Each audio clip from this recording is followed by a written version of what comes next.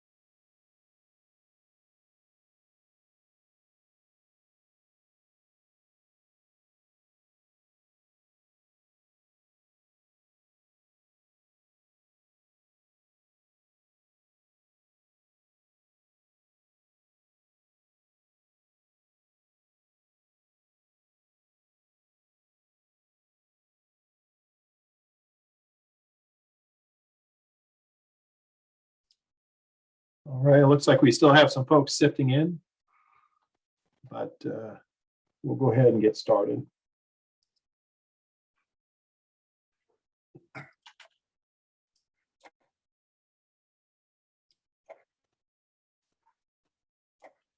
morning, I'm Jim Hart, and I'll be the facilitator for today's meeting.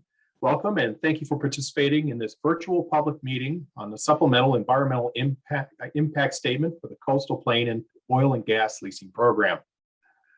The meeting will consist of a brief presentation simultaneous with Q&A and followed by oral testimony for those who registered. The presenter will be Serena, the BLM project manager. The slides are available on the BLM Alaska website for anyone who wants to follow along on their phones. Go to the BLM Alaska website.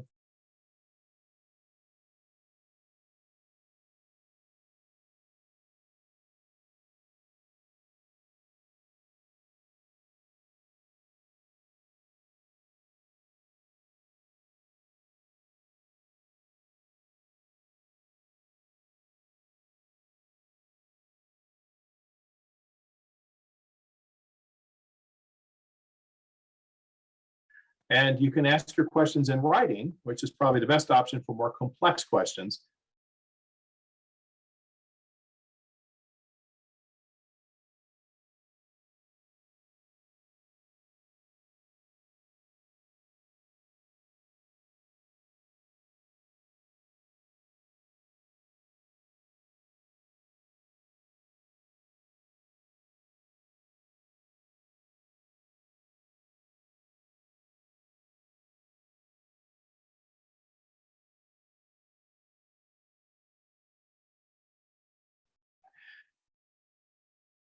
After conclusion of the phone-in questions, we will take testimony. 3 minutes per person per meeting. We want to make sure everyone can testify if they choose. Remember appropriate language. Anyone who uses inappropriate language will lose their opportunity to testify at this meeting. Disruptive behavior. Anyone who uses this platform to disrupt the meeting will also lose their opportunity to testify. Things like reading poetry or playing music are not testimony and are not appropriate for this forum. Priority goes to first-time testifiers, and each person has only one opportunity per meeting. And don't forget, if you weren't able to orally testify today, you can also upload it to the BLM NEPA register. Look for the link at the BLM Alaska website. With that, allow me to introduce Tom Heinlein, the Acting State Director for BLM Alaska. Tom? All right, thank you, Jim. Good morning, everyone, and welcome. As Jim said, my name is Tom Heinlein. I'm the Acting State Director for the Bureau of Land Management here in Alaska. So I'd like to thank you all for joining us as we safely engage you through virtual public meetings. It's important to me that we get this information to you in the most efficient and the quickest way possible, and that we provide multiple platforms to receive feedback from you. By doing these meetings virtually, we're protecting the health of the communities we serve, and we're allowing you the ability to get information safely from us. So this process is more efficient. It won't get canceled because of weather. It allows us to schedule more meetings to accommodate your schedules. It costs the taxpayer less in travel costs, and it brings in a wider, more diverse audience. It's another tool that we intend to continue using in addition to in-person meetings when the conditions warrant us doing so. So today, what we're going to do is discuss the Supplemental Environmental Impact Statement for the Coastal Plain Oil and Gas Leasing Program. So after conducting a review that was required by Executive Order 13990 and brought to conclusion with Secretary's Order 3401, the Department of Interior identified defects in the underlying record of decisions supporting the leases, including the lack of analysis of a reasonable range of alternatives in the environmental impact statement conducted under the National Environmental Policy Act. The Bureau of Land Management and the U.S. Fish and Wildlife Service are co-leading a comprehensive analysis of potential environmental impacts to address deficiencies identified in Secretary's Order 3401 and to analyze potential additional alternatives. So with that, I'd now like to turn the presentation over to my counterpart, Karen Cogswell, who's the Acting Fish and Wildlife Service Regional Director here in Alaska.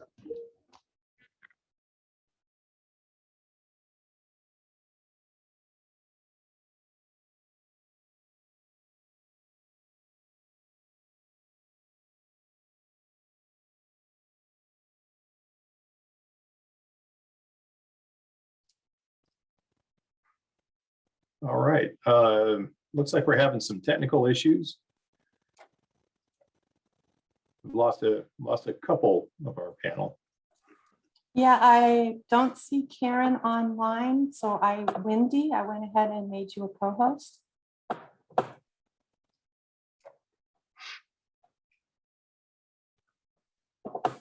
Hi, good afternoon. Thanks. Appreciate everyone's patience as we use technology and reaching out to you today for this important issue.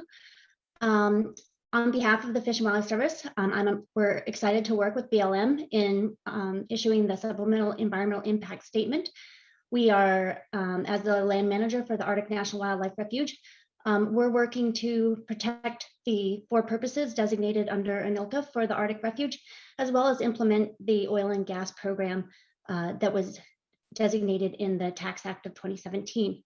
Some of our responsibilities include implementing the Marine Mammal Protection Act, the Endangered Species Act, the Migratory Bird Treaty Act, and the Wild and Scenic River Act. And with that, I'll thank you for your time. We look forward to hearing your questions and concerns today, and look forward to working with BLM on this EIS. Thank you. Thanks, Wendy. Next up, if Serena, are you back? Hi, Jim, I am back. Okay, thank you. Yeah, thank you, Jim. So I'm Serena Sweet, and I'm the BLM Alaska project manager for this project. I would also like to recognize a group of specialists that are listening in and that are assisting with these public meetings. These individuals include Tom Heinlein, the BLM Alaska Acting State Director, Kevin Pendergast, the BLM Alaska Deputy State Director for Resources, Shelley Jones, the BLM Alaska Arctic District Office Manager, Bob King, the BLM Alaska Archaeologist, Craig Perham, the BLM Alaska Wildlife Biologist, Rob Brumbaugh, the BLM Alaska Oil and Gas Section Chief, Chris McKee, the BLM Alaska Subsistence Coordinator, Beth Miko, the BLM Alaska Arctic Anthropologist, and Leslie Ellis Waters, the BLM Alaska Communications Director. With the U.S. Fish and Wildlife Service, we have Karen Cogswell, the Fish and Wildlife Service Acting Regional Director. Wendy Loya, the Fish and Wildlife Service Regional Director for Science, International, and Migratory Birds. Charlie Hamilton, the Fish and Wildlife Service Marine Mammal Specialist. Steve Berenson, the Fish and Wildlife Service Arctic Refuge Manager. Josh Rose, the Fish and Wildlife Service Oil and Gas Coordinator for the Arctic Refuge. And finally, Paul Leonard, the Fish and Wildlife Service Arctic Refuge Ecologist. Next, we will view a presentation about the project that was pre-recorded for consistency.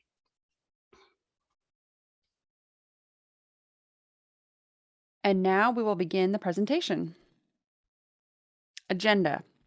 Today we're going to cover an overview of the project area, background information, decisions to be made, agency responsibilities, the tentative schedule, and how to participate in the process. I will also be indicating that we are moving to the next slide and reading from all of the slides for everyone that is following along on a hard copy of the presentation. Now on to slide 3. Project area map. Project area. The area comprising the coastal plain includes approximately 1.6 million acres within the approximately 19.3 million acre Arctic National Wildlife Refuge. The U.S. Fish and Wildlife Service is the predominant land manager in the program area. Other lands in the coastal plain include Alaska Native lands conveyed pursuant to the Alaska Native Claims Settlement Act, also known as ANCSA, and native allotments. The program area excludes a northern coastal portion of Air Force administered lands near Kaktovik.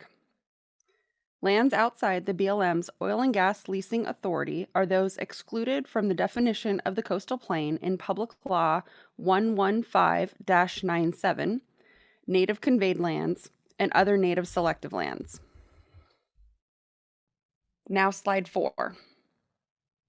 Background. In September of 2019, and in connection with Public Law 115-97, the BLM completed the Coastal Plain Oil and Gas Leasing Final EIS. The BLM then issued a Record of Decision, or ROD, on August 8th of 2020. The Record of Decision approved a program to implement the Tax Act, which directed the BLM to manage the oil and gas leasing program on the coastal plain in a manner similar to lease sales under the Naval Petroleum Reserves Production Act of 1976. On June 1st of 2021, the Secretary of the Interior issued Secretary's Order 3401, which directed a temporary halt on all department activities related to the leasing program in the Arctic Refuge, pending a new comprehensive analysis of potential environmental impacts of the program to address identified legal deficiencies. On August 4th, 2021, a Notice of Intent was published in the Federal Register, kicking off the Supplemental Environmental Impact Statement process. Now slide 5, decisions to be made. The purpose of this public scoping process is to determine the scope of issues to be addressed and to identify the significant issues, including any legal deficiencies in the final EIS related to an oil and gas leasing program within the coastal plain. Supplemental analysis may include, but is not limited to, revision of reasonably foreseeable development scenarios in areas available for leasing, an alternative allowing for less than 2,000 acres of surface development, updated analysis of greenhouse gas emissions, new information related to subsistence resources such as fish, marine mammals, caribou, and other subsistence use and access issues, a wider range of potential development outcomes, and/or revision of lease stipulations and required operating procedures. Information received during this process will influence the development of the Supplemental Environmental Impact Statement and guide the scope of the environmental analysis. The BLM will work collaboratively with interested parties to identify the management decisions best suited to local, regional, and national needs and concerns. Slide 6. Agency responsibilities. The Bureau of Land Management is the lead federal agency for the development of the Supplemental Environmental Impact Statement. The BLM is also responsible for management of the leasing program and conducting lease sales and adjudicating relevant permits. The Fish and Wildlife Service is a partner with BLM in preparation of the Supplemental Environmental Impact Statement and administers surface responsibilities of the Arctic National Wildlife Refuge. Other cooperating agencies are still being determined. Letters have been sent to interested tribes, Alaska Native corporations, and other potential cooperating agencies. Slide 7, tentative schedule. This table includes the tentative schedule for the major milestones of the Supplemental Environmental Impact Statement process. Please note these dates are subject to change. As you can see from the colorful graphic, we are in the beginning phases of the overall process. The scoping period we are in now, which is the second orange box on the top graphic, closes on October 4th, 2021. We anticipate that we will have a draft Supplemental Environmental Impact Statement in June 2022 and a final Supplemental Environmental Impact Statement in summer of 2023. We project that it will take approximately 24 months to complete the analysis process from publication of the Notice of Intent to the Record of Decision in August of 2023. Slide 8, how to participate. Testimony tonight will be recorded to incorporate into the analysis process. You can also provide comments through the NEPA register at www.blm.gov/Alaska to find the link to the project webpage, and also by clicking on the Participate Now button. Emails are accepted at blm_AK_coastalplain_supplemental_EIS@blm.gov, or comments can be mailed to BLM, Alaska State Office, attention Coastal Plain Supplemental EIS, 222 West 7th Avenue, number 13, Anchorage, Alaska, 99513. As a reminder, scoping comments will be accepted through October 4th. And slide 9. Thank you for being here today, and we look forward to hearing from you.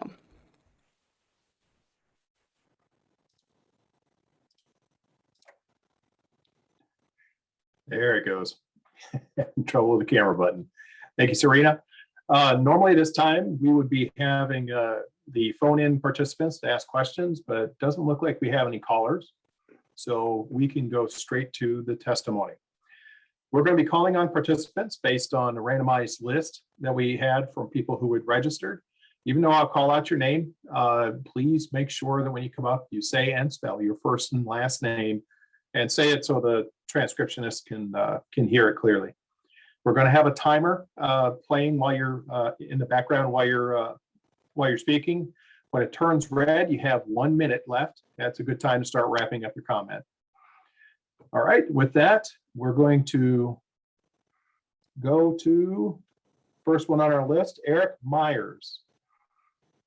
Eric Myers, and if you don't mind, please raise your hand so we can see you on the top of the list.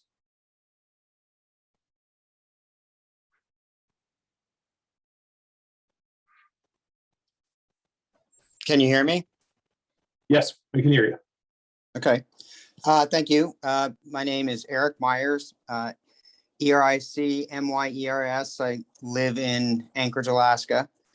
I appreciate the hard work that the various agencies and departments are engaged in. I'd like to offer a somewhat broader perspective. There are many reasons, I believe, to not pursue further oil and gas development in the Arctic. Certainly impacts polar bears, migratory birds, disruption of the caribou herd, impact subsistence resources, food scarcity. All of those are important issues. But I think that overall, fundamentally, this hearing is sort of an exercise in collective madness. The last thing the world needs is more oil. The question regarding oil development in the Arctic is sort of like having a debate about whether to play shuffleboard on the Titanic. Global warming and climate change is no longer some far off possibility for the future or something that generations following us should be concerned with. It is here and now.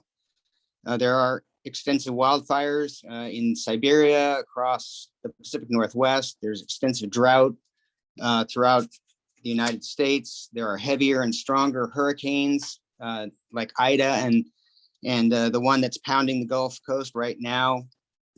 There's even recently the first time ever recorded rain at the highest points in Greenland on the ice sheet, which is rapidly melting. Fresh water is disrupting the thermal transport of warm water from the southern hemisphere to the northern hemisphere. And Alaska already has some of the world's first climate refugees as their coastal communities are washing away because of a lack of ice from the winter's time that would secure the coast. There is a fundamental doctrine in healthcare called first do no harm. In this case, I think the last thing the world needs is more oil. We know that we already have more oil discovered around the world than we can possibly burn. And so I would simply ask that there be no further oil and gas development in the Arctic. That may be a bit beyond the purview of the investigations that you're engaged with, but I think that the analysis of climate impacts should be front and center in the analysis that you're doing. And I'll stop there. Thank you very much. All right, thank you for your comment, and sorry for the typo. We can't change it while the clock's running, otherwise the clock stops. So sorry for that, but it's MYERS for the record. Amanda Jones, next up. Please raise your hand if you're on the line, Amanda. Okay, I'm not seeing her in the participants. Next up, we have Julian Warren. There you are.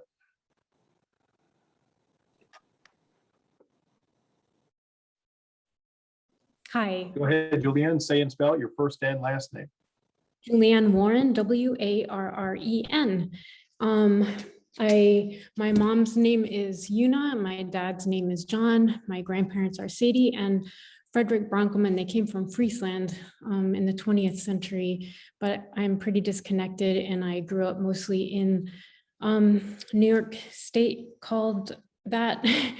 Muncie lands of the people now who are Stockbridge, Muncie, Mohican people. So I've been living in Tanana, Fairbanks, Lower Tanana, Dene lands for most of the past 8 years. I was really struck by hearing that poetry and song are not testimony, and I take issue with that. I don't agree, especially because I want to talk about the interconnectedness of language and land and the refuge and caribou.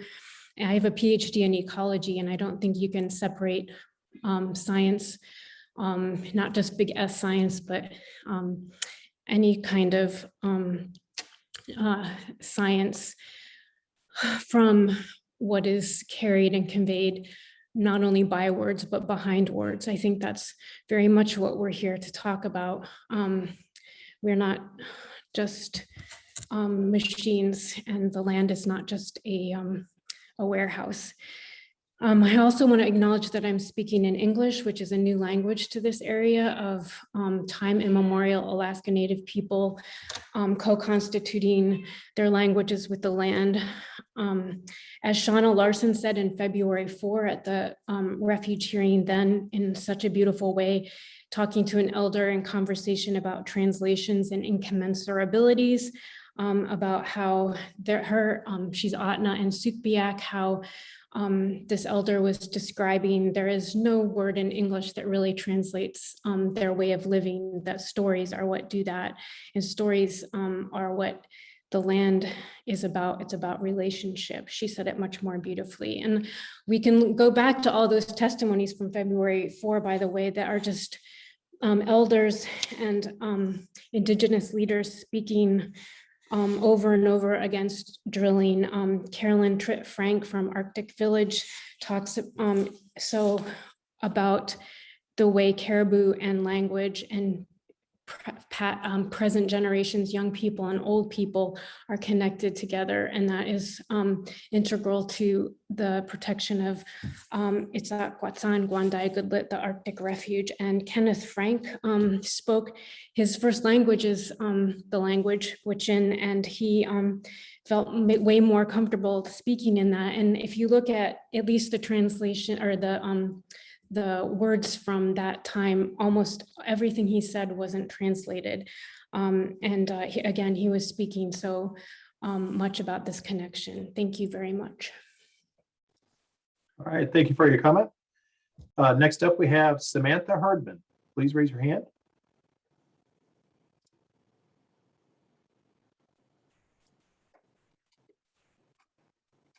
Okay.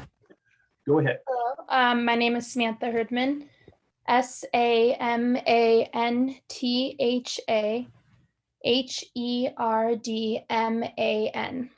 I'm living in Colorado. And I just wanted to comment and say that we should definitely not allow drilling in the Arctic. It's bad for the climate, it's bad for people, and it would be devastating for the animals that live there. The coastal plain is critical habitat for polar bears. Their denning grounds are already rapidly shrinking. And drilling would forever damage the area. Drilling in the Arctic would damage the habitat of wolves, musk oxen, Arctic foxes, wolverines, polar bears, and countless species of birds.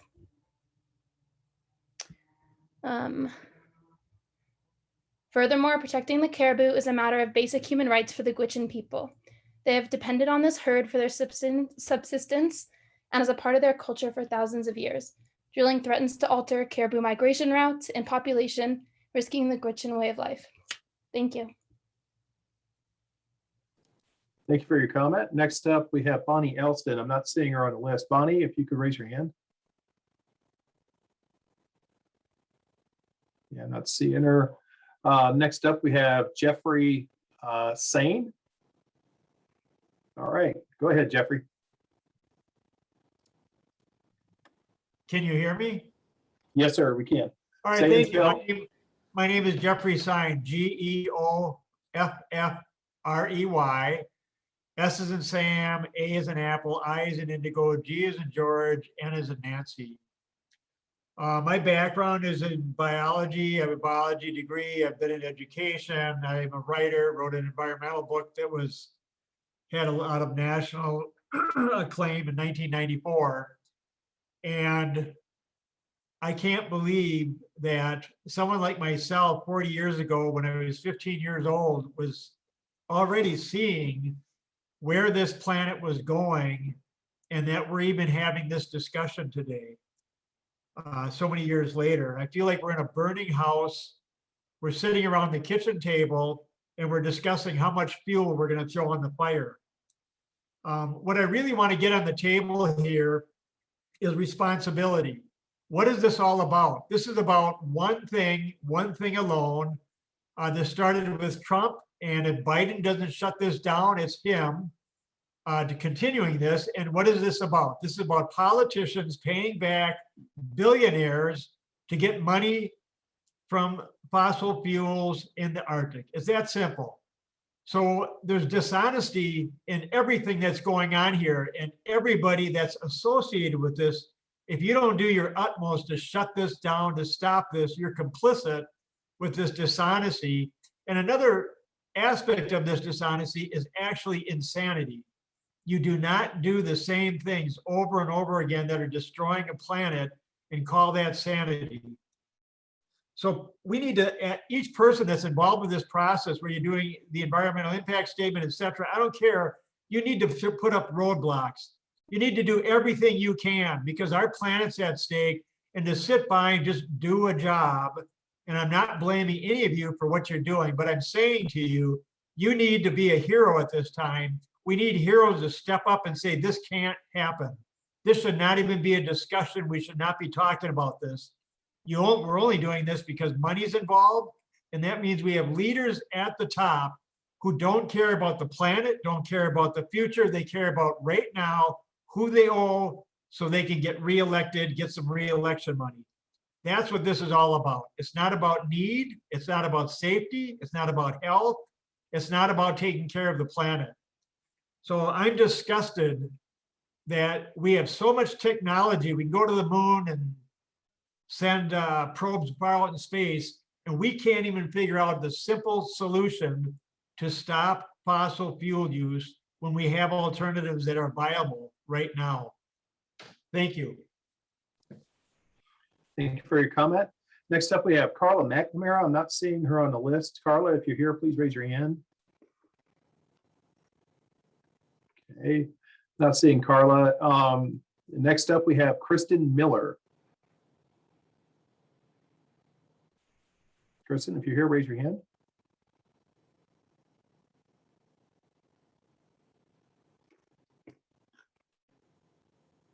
Okay, I see her on the list. I see her here in the participants, but she's not responding. So let's go to Amanda Kate.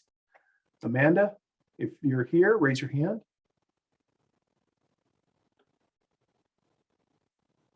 Okay, I'm not seeing her on the list either.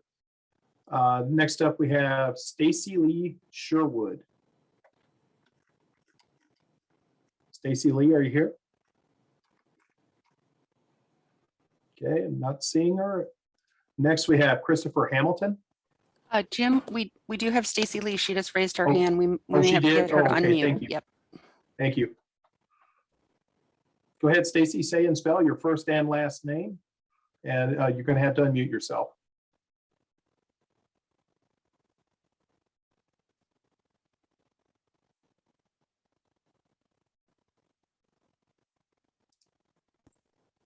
Okay, Sherwood. Okay, can you guys hear me? Yes, ma'am.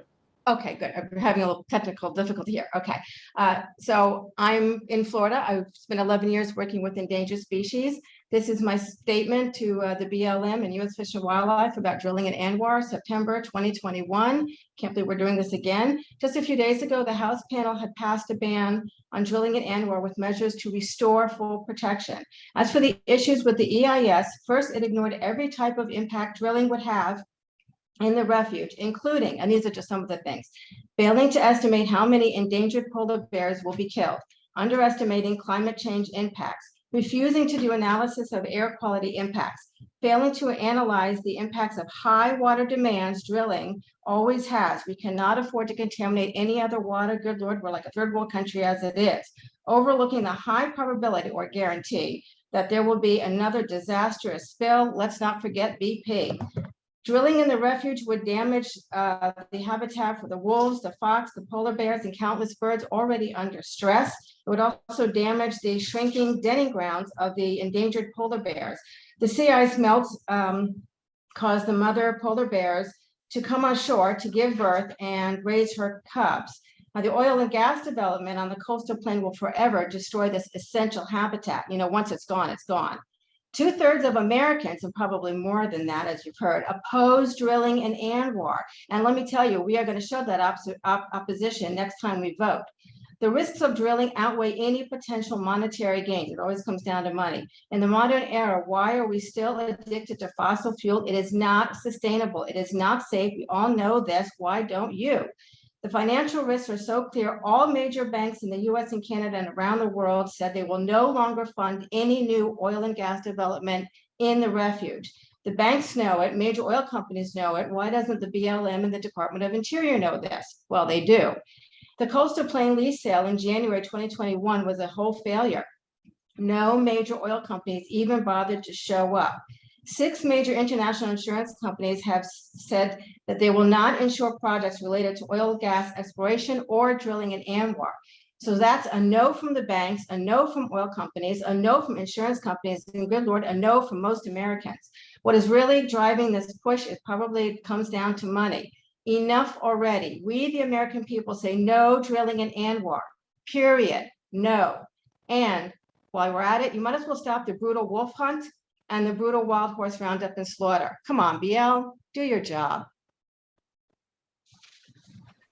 Okay, thank you for your comment. Let's go back to Kristin Miller, give her one more shot. Kristen, are you on? If you are, please raise your hand.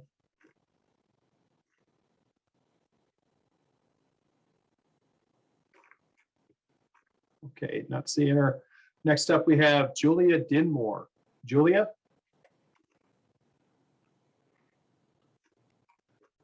Okay.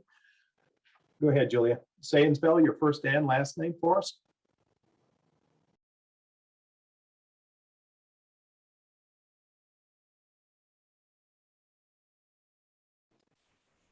Looks like you're on mute. Okay, go ahead, try again. Okay, it's Julia Dinmore, Julia Dinmore.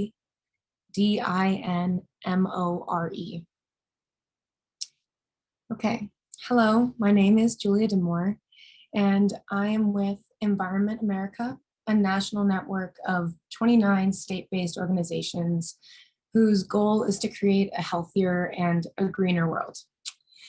Alaska's Arctic National Wildlife Refuge is one of the last truly wild places left on Earth. From the Brooks Range to the coastal plain, it's a sweeping Arctic landscape, and it's home to a wealth of biodiversity unmatched in most any other place on the planet. From millions of migratory birds, which people have already mentioned, they travel from all 50 states and 6 continents, to the more than 200,000 strong porcupine caribou herd, which completes the world's largest terrestrial migration on the coastal plain, to polar bears, wolves, musk oxen, Arctic foxes, wolverines, brown bears, and so many more species. The coastal plain of the Arctic Refuge is vital habitat. So much so that the Gwich'in tribe refers to the coastal plain as the sacred place where life begins. Drilling there would be devastating to this wild refuge.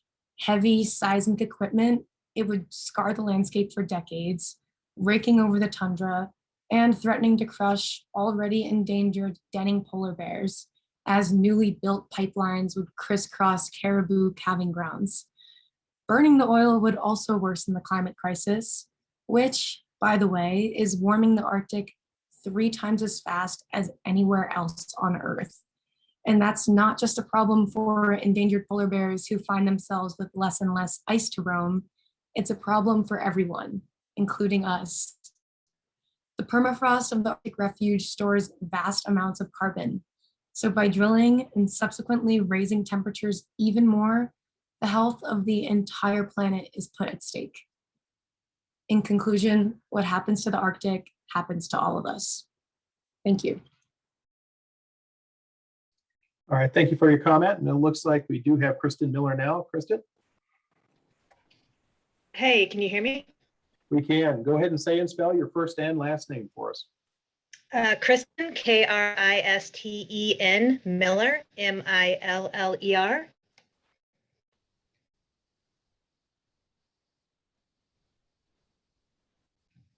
Should I go ahead? Yep, you have the floor. All right. Hi. Well, my name is Kristen Miller. I am the acting executive director of the Alaska Wilderness League. I'm really grateful for the opportunity to speak to you and to speak about the protection of the Arctic National Wildlife Refuge. I want to start off by expressing Alaska Wilderness League's gratitude to you all on the call and to President Biden for the commitment of this administration to addressing the climate biodiversity crisis, and especially for the definitive action that's been taken since day one to ensure that the protection of the Arctic Refuge is a key part of that essential climate. Alaska Wilderness League is a national organization. We were founded in Washington, D.C. in 1993, and protection of the Arctic Refuge was a foundational issue for our organization. Our founding board members realized that year after year, the fate of the Arctic Refuge fell into the hands of decision makers in D.C., and as federal lands, people from all across the country had a voice in its protection. Since the very beginning, we have looked to, learned from, and walked side by side with the Gwich'in Steering Committee and the Gwich'in Nation in this journey of protection. It is through their leadership and years of dedication by so many different people from across the country in solidarity, there are no oil rigs on the coastal plain of the Arctic Refuge today. But yet, still, here we are, decades later, still fighting for its long-term protection. Since the beginning, we have spoken of the Arctic Refuge as the jewel of our National Wildlife Refuge system, but it is so much more than a public lands designation. It's the primary calving grounds for the porcupine caribou herd, who give birth on the coastal plain each summer. It is land that provides food, medicinal plants, fresh water, and so much for the indigenous people of the region, and it is considered sacred to the Gwich'in people of Alaska and Canada. It hosts hundreds of species that depend on its pristine resources.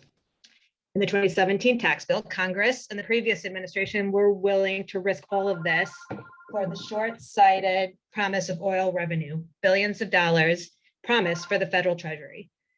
We were also promised a robust, scientifically sound environmental review process with public input. Instead, we got a scientifically and legally deficient process that led to a rushed lease sale deemed a failure by all who followed it. No major oil companies showed up to bid, and only 9 tracts were sold out of 22 offered. The sale generated a mere $12 million, less than 1% of the projected revenue. Now it is time to right that wrong. Congress must overturn this leasing program altogether, but at the same time, it is essential that the Department of Interior address the significant legal deficiencies that are currently on the books from the Trump administration's flawed efforts. The former administration recklessly pushed forward on an expedited timeline, failing to sufficiently conduct consultation or analyze the impacts drilling will have on climate change, air, water quality, keystone species, and indigenous communities.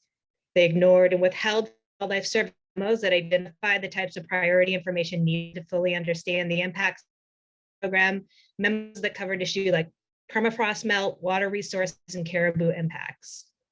We strongly support the Biden administration's work to review this plan. The right research and careful analysis must be done. Local communities must be given every opportunity to share their concerns. Through this effort, we can get a full understanding of the climate change impacts of development, how many polar bears and other species could be killed or harmed, a quantitative analysis of air quality impacts and the high water demands of drilling. Kristen, you need to conclude your comment. Yep, significant oil spills and any other threats from developments. Once that work is done, we believe it will show that the Arctic refuge development doesn't make sense from a climate change, human rights, or wildlife perspective. Thanks. All right, thank you, Kristen. Next up, we have Kevin Pollock, and then after that, we'll have Barbara McLean and Anna Claire McGrath. Kevin, go ahead and unmute yourself. Hi, can you hear me? Yes, we can. Say and spell your first and last name, and the floor is yours. Great. Kevin Pollock, Kevin Pollock, Pollack.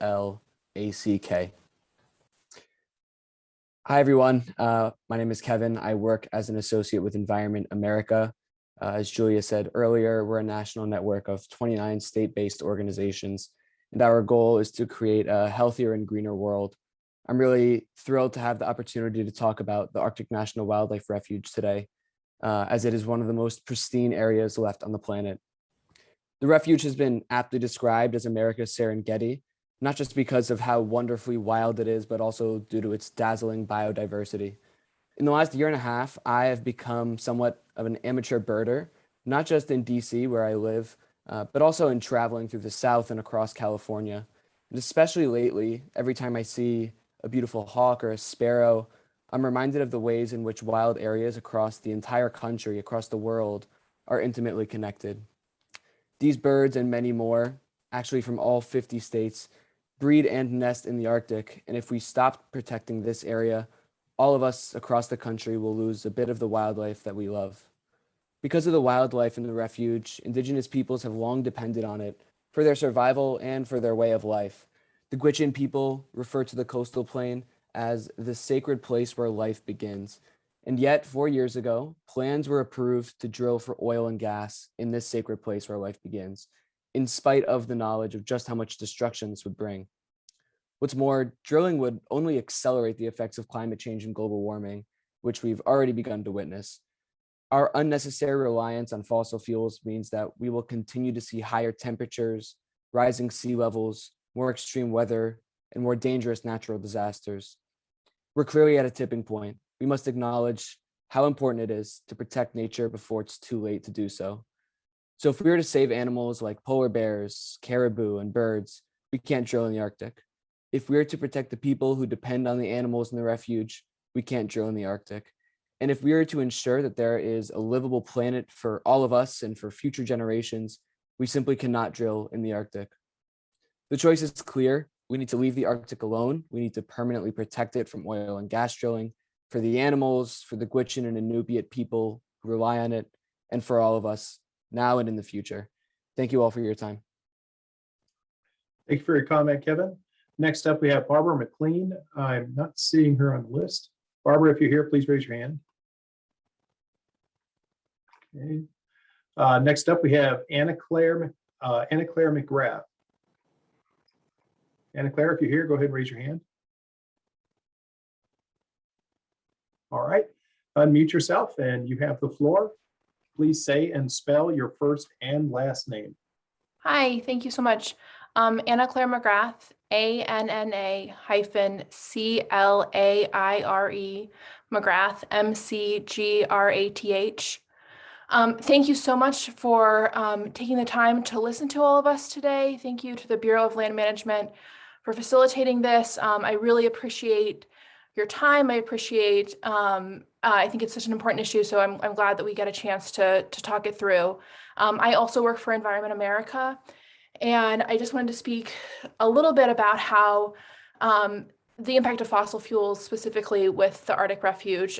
President Biden, as we know, has committed the US to cutting its greenhouse gas emissions by at least 50% by 2030. Drilling in the Arctic Refuge undermines that commitment.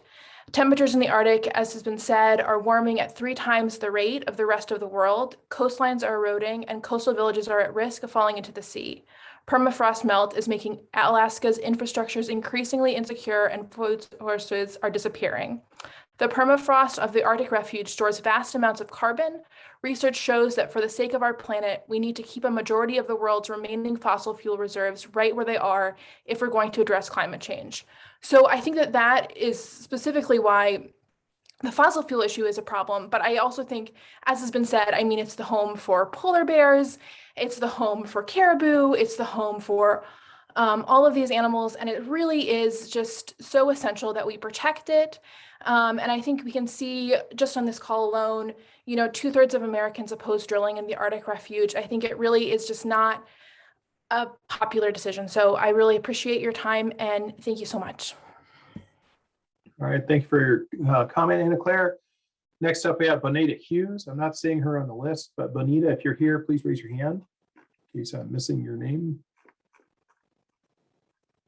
Okay. Next after her was Allison Stillman. Allison, if you're here, okay, great. Unmute yourself. And on deck, we have Kat Haber and Douglas Montgomery after Allison. Okay, Allison, if you could say and spell your first and last name, and the floor is yours. Great, thank you so much. My name is Allison, Allison Stillman. Thank you so much for having me, and I'm happy to share with you. I am the chapter chair of the Nashville chapter of Climate Reality, also the co-founder of the Tennessee Coalition of Climate Reality. And I am a climate refugee. 2:00 in the morning, 4 years ago, I was awakened with a loud knock on my door. The lights were out and my neighbor said, you have to get out and you have to get out now. I got my dog and my cat. I got in the car. It took me an hour and a half to drive 5 miles with walls of flames all around me. And the entire neighborhood was razed. 10,000 homes were lost and 40 people died.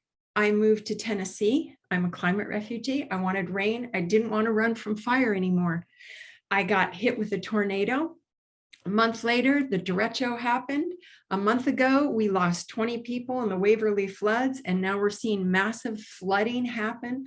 This climate is crisis. It's a crisis. Climate change is real. And the number one cause of climate change is the fossil fuel industry. We must divest of fossil fuels. We just recently shut down a pipeline here in Memphis that wanted to go over a pristine aquifer. The oil and gas companies didn't back down with a lot of activists because they know there's a future in oil and gas. The World Economic Forum has said, stop investing in fossil fuels to all the investment houses and investors.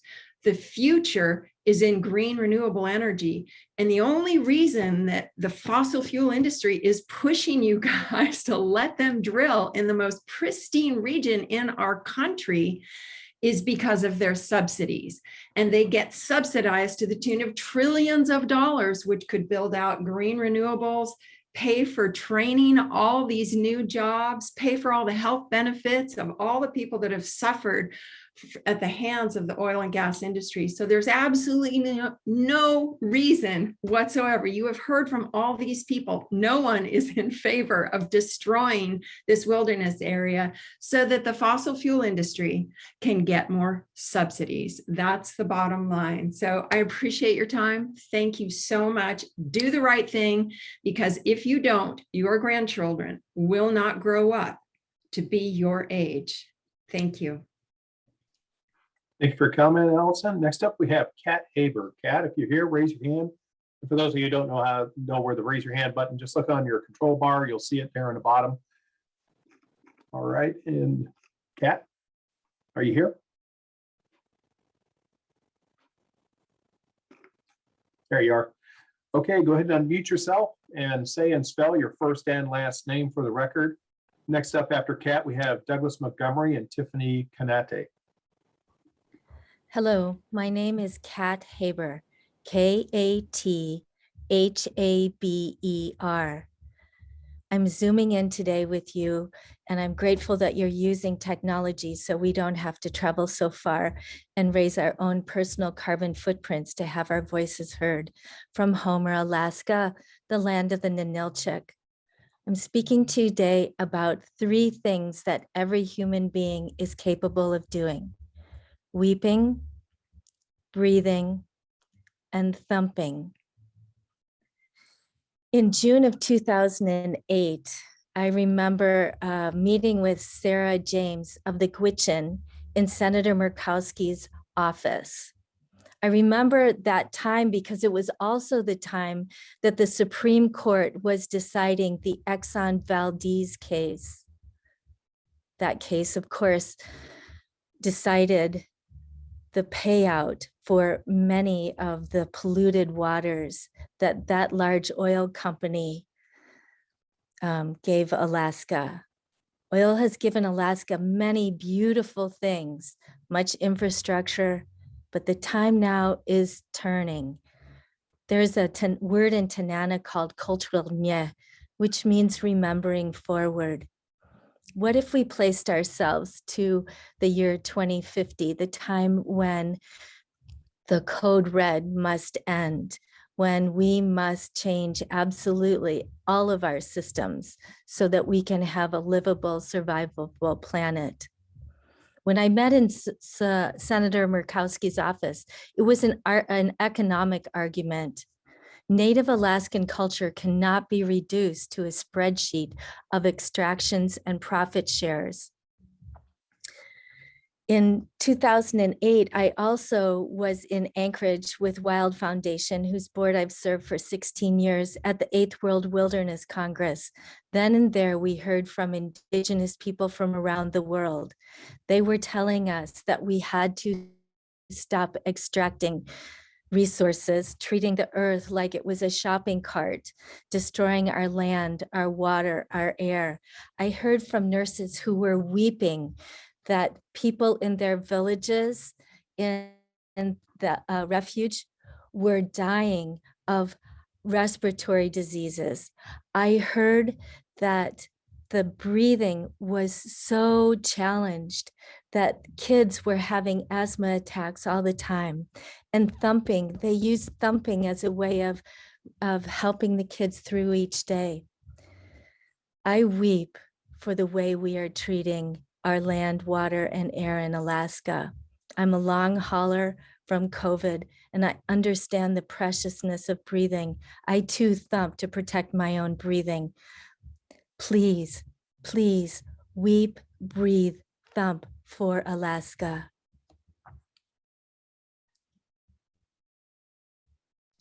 All right, thank you for your comment. Next up, we have Douglas Montgomery. Douglas, if you're here, raise your hand, please.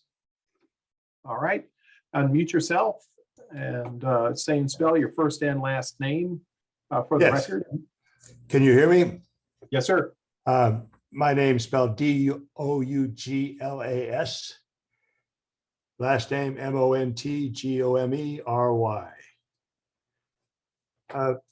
I'm just a wilderness lover. I'm 74 years old, and I spent a great deal of my life in Alaska, including the Arctic Refuge which I love dearly. Extraction from that area would be a disaster for all the reasons given by previous testifiers, including Eric Myers, Kevin Pollock, and Anna Claire McGrath. I endorse their testimony. And I want to add this. If thousands of years from now, there are still human beings around on this planet to record the geological history of this era, what we're experiencing now is going to be like an explosion. Past great extinctions, and we are in a great extinction, have taken hundreds of thousands of years, at least tens of thousands of years to pass, especially the ones based on carbon extraction and carbon liberation in the atmosphere. You look at the Permian extinction, it took place over, tens of thousands of years of adding carbon dioxide to the atmosphere. We're already halfway to the carbon content of the Permian extinction. And the fact that we haven't seen the results as heavily as what we saw in the Permian is because these things move slowly, but we're moving faster now than it's ever happened. When we look back 10,000 years from now, if we can, this is going to look like a geological explosion. And the results are so disastrous that all the animals that we're trying to save by stopping this extraction in the Arctic refuge are going to be extinct anyway. It's a terrible, terrible tragedy. And the main reason I'm here today was to rebut any testimony in favor of this extraction, but I noticed that nobody has showed up to testify in favor of it so far. I would doubt that anybody could rationally defend drilling for oil and gas in the area of the world that has suffered the most from it and will continue to suffer the most for it. It's just cruelty, that's all. Basic cruelty. Thank you. Thank you, sir. Next up, we have Tiffany Kanate. I'm not seeing Tiffany on the list. Tiffany, if you're here, please raise your hand. You can raise your hand. There's a button on your control screen that says raise hand. It calls attention for us to see you. Okay, I'm not seeing Tiffany. Next, we have Priscilla Hawkins. Priscilla, are you here? Okay, good. Priscilla, please unmute yourself and say and spell your first and last name for the record. On deck, we have Becky Long. Yes. Priscilla. Priscilla, Priscilla, Hawkins, Hawkins. I live in the Eastern Sierra near Mono Lake in California. I have known about and been a supporter of protection for ANWR for 40 years now. I do not work for any environmental organizations, but I have listened and belonged to a lot of them. So I've heard these arguments for many years now. Now we have the new part of it, which other people are talking about, the global climate change. Now, ANWR is the only large wilderness area left in North America. And here live all three species of bears, the polar bear, the black bear, and the grizzly bear, plus many other animals.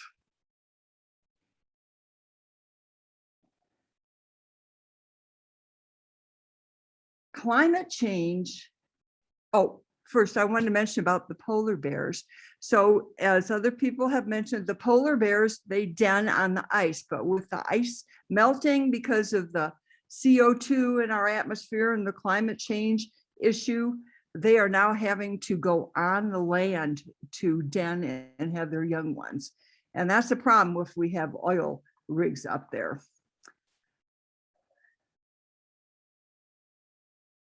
As for oil drilling, our country is now moving away from the use of fossil fuels because it is creating CO2 in our air and causes the climate change. And so this is not the time to start drilling for more oil. Plus, as we know, the oil companies, many of them have pulled out because they can't get funding from the banks. So things have changed a lot there. And I do think if this were to be approved, I do not even think that it would actually happen because American people are against it. And that's primarily my testimony.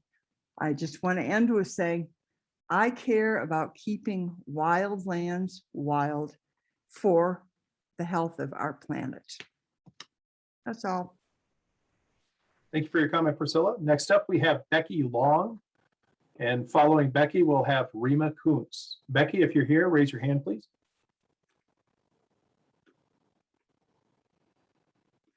Okay, don't see Becky. So Rima Kuntz, are you here?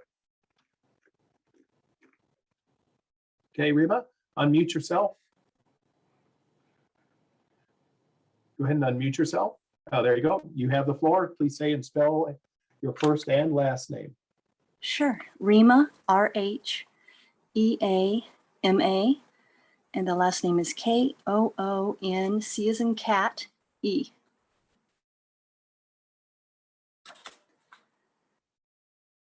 Okay, thank you. First off, I want to thank you all for being here for this very important meeting.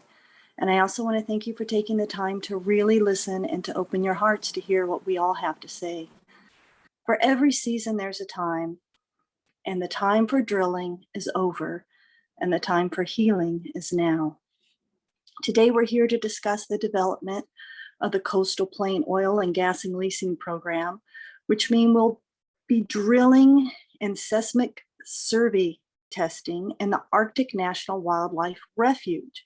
Now, the very definition of refuge is as follows: a condition of being safe or shelter from pursuit, danger, or trouble.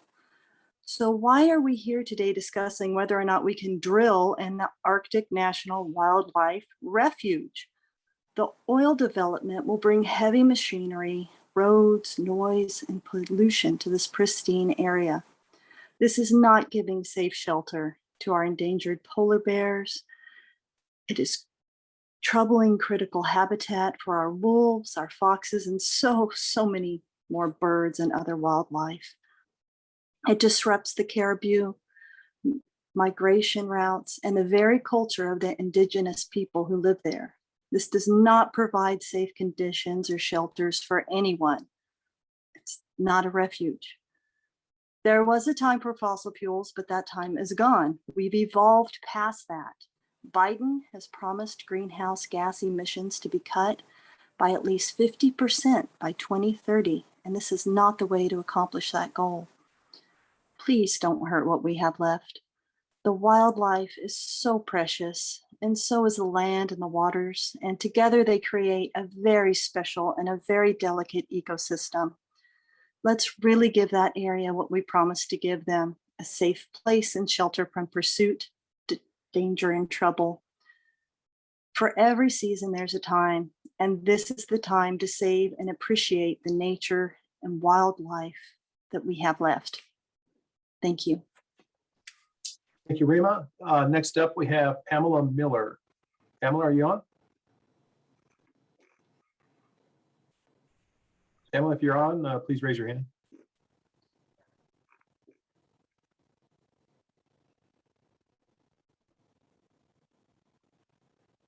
Okay.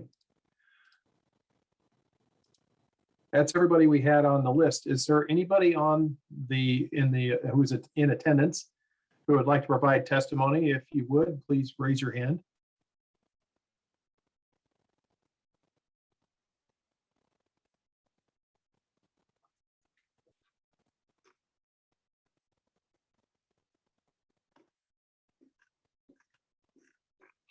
If you'd like to provide testimony today, you can raise your hand. You'll see a raise hand button on the controls for Zoom.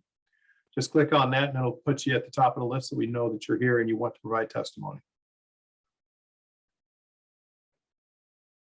And for those who are online who don't want to necessarily provide oral testimony, you can go to the BLM website, blm.gov/Alaska, and follow the Coastal Plain SEIS link, and you'll be able to see, you'll see instructions on how to provide written testimony as well.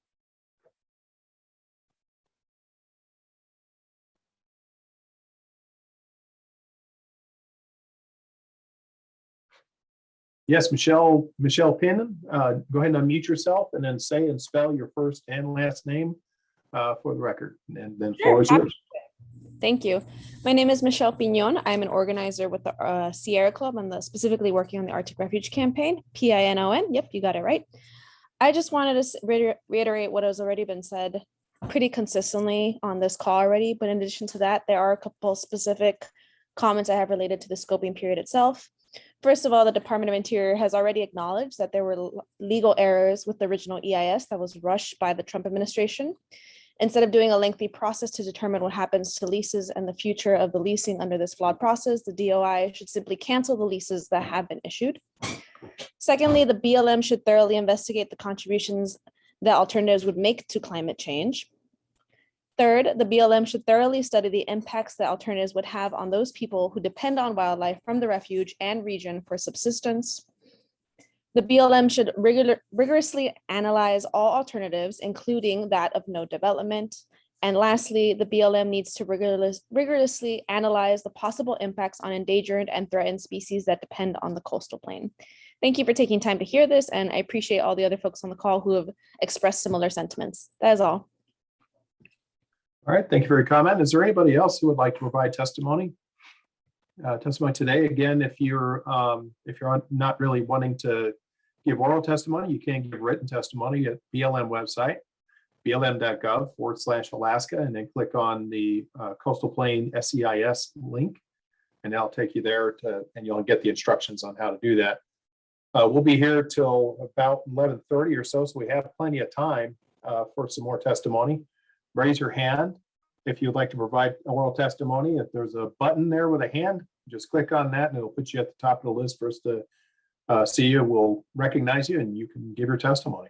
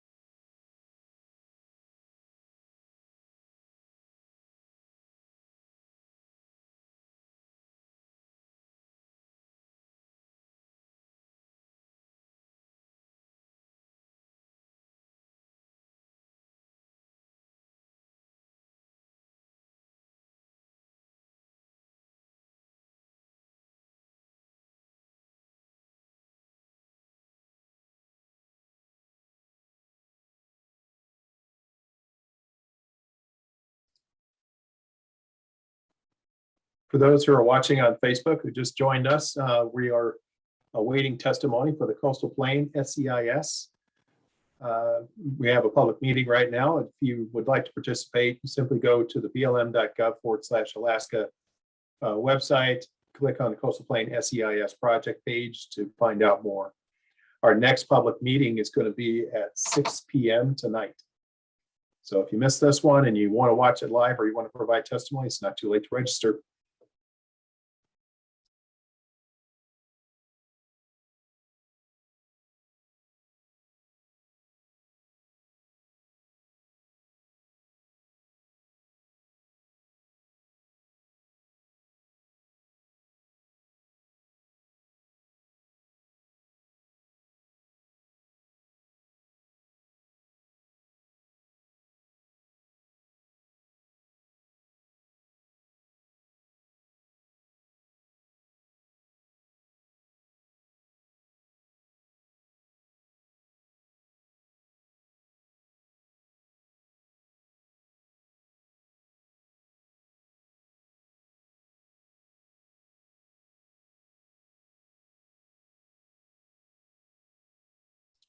Yes, Pamela Miller. Hold on just a second while we reload the timer. Unmute yourself. There you go. Then once we get the timer loaded, say and spell your first and last name for the record. My name is Pamela Miller, P-A-M-E-L-A, M-I-L-L-E-R. Today, I speak as the president of the Arctic Audubon Society in Fairbanks, Alaska. We are the northernmost chapter of the National Audubon Society and the closest to the Arctic National Wildlife Refuge. In 1986, the Arctic Audubon Society adopted the Arctic Refuge, initially as part of a national Audubon program designed to build an active constituency for wise refuge management. Ever since, Arctic Audubon has held a priority to engage Alaskans and support the Arctic National Wildlife Refuge, and particularly permanent protection for the coastal plain as wilderness. This is wise refuge management in support of the refuge's original purposes established by President Eisenhower in 1960 and through ANILCA in 1980, not oil leasing and development, which we are talking about here today.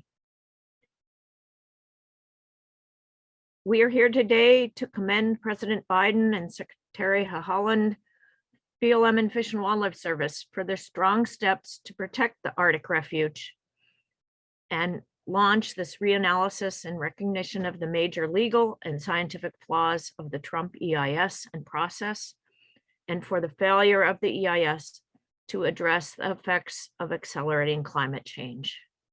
There is new, very disturbing information about the impacts in the Arctic that need to be taken into account in this new EIS.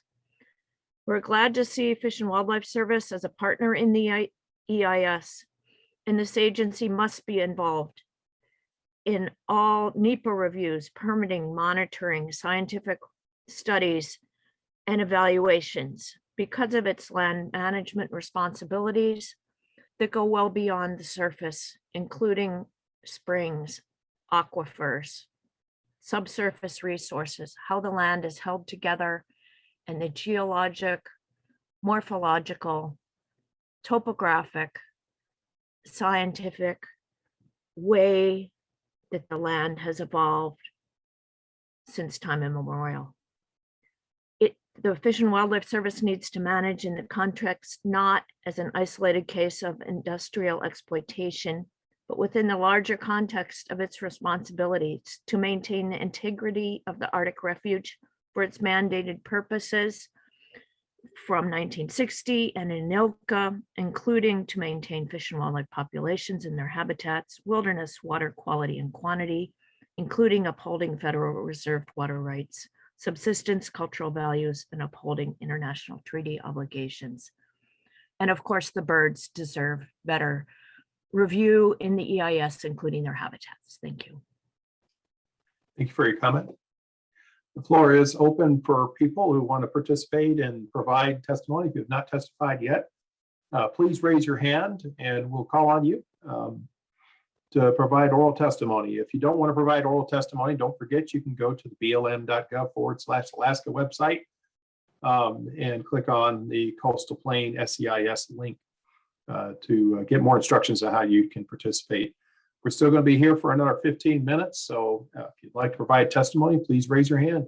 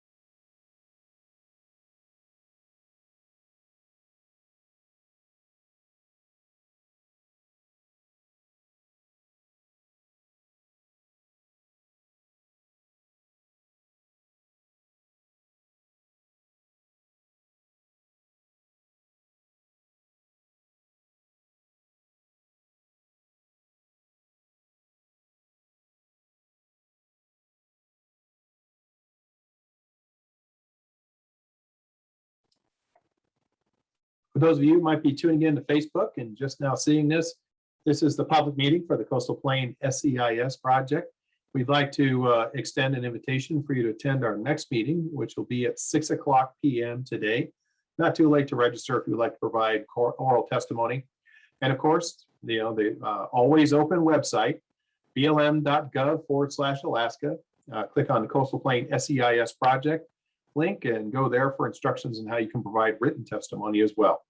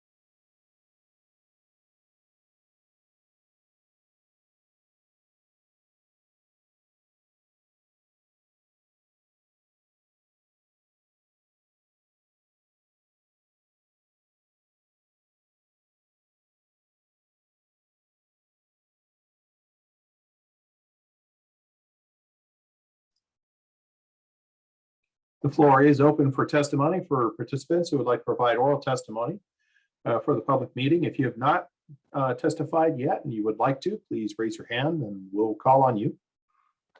If you don't want to provide oral testimony today, you certainly can do it online at blm.gov/Alaska and navigate to the Coastal Plain SEIS project page to provide written testimony.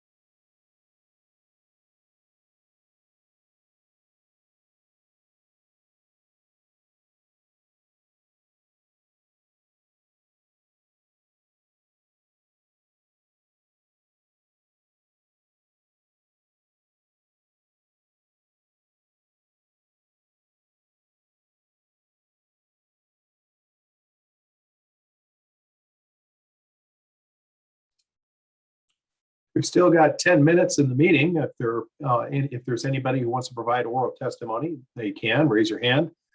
You'll be called on. And don't forget, we have another meeting tonight at 6 p.m. Same channel. For those of you watching on Facebook, or just tuning into Facebook, this is the public meeting for the Coastal Plain SEIS. We're waiting for the testimony. Floor is open. If you'd like to participate in the meeting, again, next meeting is tonight at 6 p.m. on Zoom. And it'll be live streamed on Facebook as well.